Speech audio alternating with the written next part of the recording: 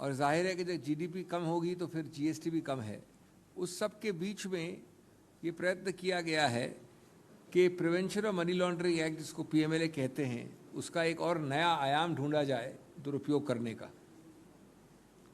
और मैं आपको अभी विस्तार से समझाऊंगा कि क्या हुआ है। अभी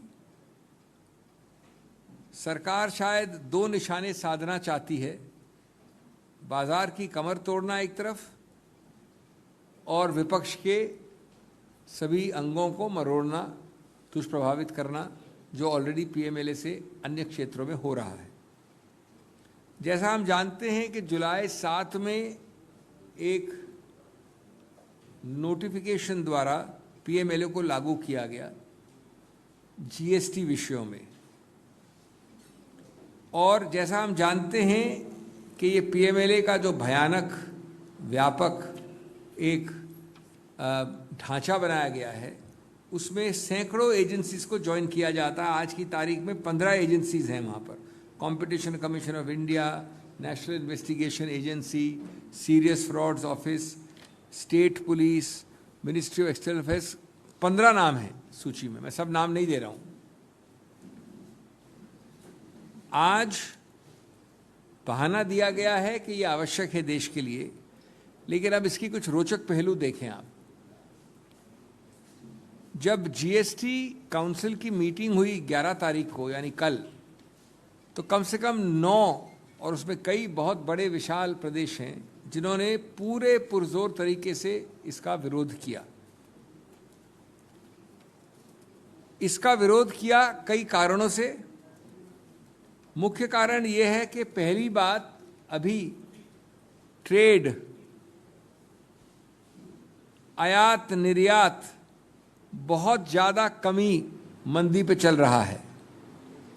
आज सच्चा सरल बिजनेस के आदमी वैसे ही कमर तोड़े हुए चल रहा है, उसके ऊपर बोझ बहुत ज़्यादा है। अब आप पीएमएलए के द्वारा वो जितने भी छोटे बिजनेस हैं, और कई छोटे बिजनेस 1 करोड़ से ज़्यादा होते हैं, उन सब की कमर तोड़ने के अलावा उनको नियंत्रित करना चाहते हैं, अपने से भयभीत रखना चाहते हैं, उसको दबाना चाहते हैं। और आज आप जीएसटी के विषय में इंफॉर्मेशन शेयरिंग इस नए कानून द्वारा, नए नोटिफिकेशन द्वारा शुरू कर रहे हैं छोटे के लिए।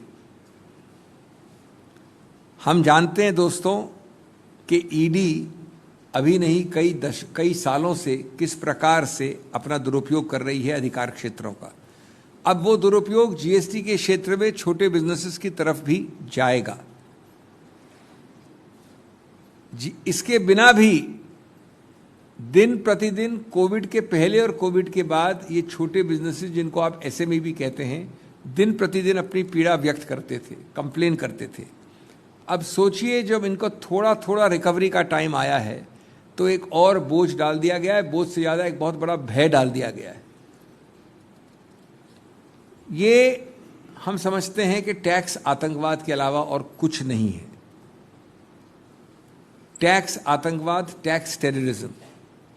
कई लोग जीएसटी पे नहीं करते हैं, कई लोगों को जीएसटी से कोई मतलब नहीं है, जीएसटी उनके पूरे आयाम में, पूरे बिजनेस में आता नहीं है।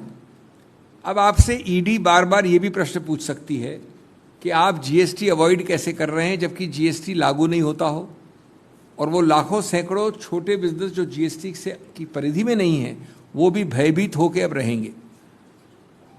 दूसरा या तीसरा पहलू, एक तो हुआ ट्रेड का, एक हुआ भय का, तीसरा हुआ छोटे बिजनेसेस का। चौथा, क्या इसके बारे में कोई भी विचार विमर्श हुआ देश में, संसद में? संसद का पिछला सत्र इतना पहले नहीं था, हाल में था।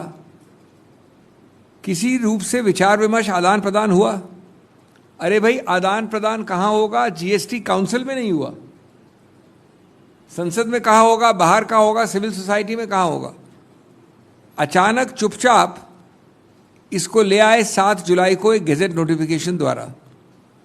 क्यों? क्योंकि आप पूरी तरह से आश्वस्त थे, माननीय सरकार, कि अगर इसको हम विचार विमर्श में पब्लिक डोमेन में रखते तो काफ़ी इसमें गुस्सा आता, काफ़ी झगड़ा और विरोध होता। उस सब को आपने जल्दबाजी में, टेयरिंग हरी में करके ख़त्म करके एक मामले को अंतिम चरण देने का प्रयत्न किया है। नमस्कार, मैं हूं मानक गुप्ता। अगर आपको हमारा ये वीडियो पसंद आया हो तो इसे लाइक और शेयर जरूर करें, और हां, हमें सब्सक्राइब और फॉलो करना ना भूलें ताकि आप देश और दुनिया की कोई खबर मिस ना करें। तो जुड़े रहिए हमारे साथ और देखते रहिए न्यूज़ 24।